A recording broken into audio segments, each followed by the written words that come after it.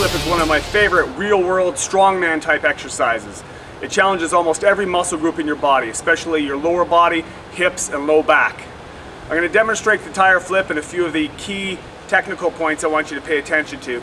And then I'm going to demonstrate some alternatives, because I understand that this isn't an exercise or an implement that's very easy for us to access.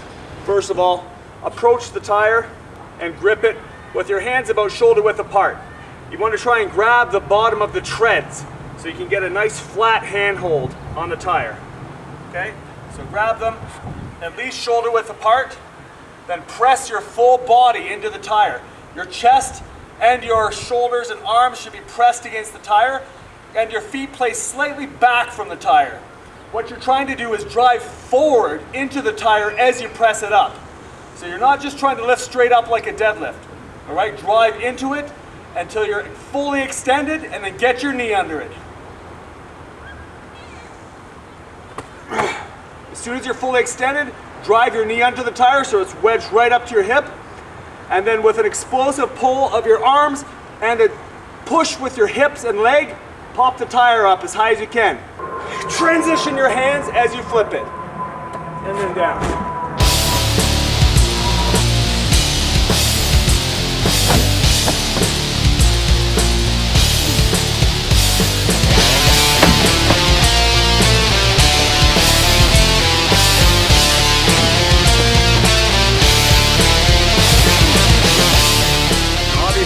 Accessing a big industrial tractor tire or finding a place to store it can be difficult.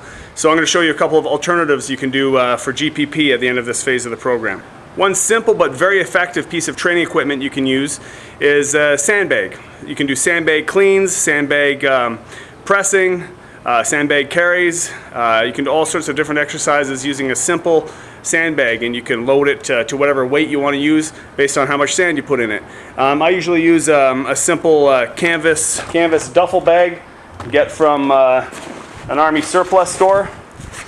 Picked up this one for around 40 bucks. Normally I would just get some industrial contractor bags, some big thick plastic bags, throw the sand in there, duct tape the heck out of it, and then throw it in the duffel bag.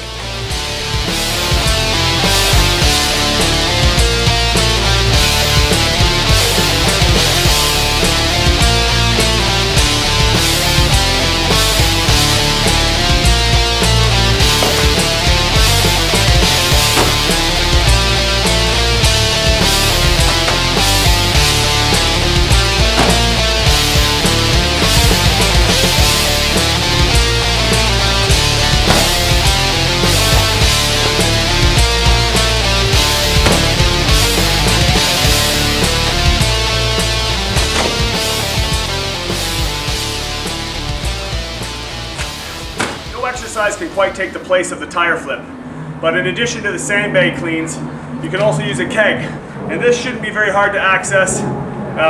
If not, throw a keg party. You can fill this with water, or you can pop the valve and fill it with sand or gravel. Grip one hand on the handle, tip it towards that hand, and then grip the bottom with the other hand.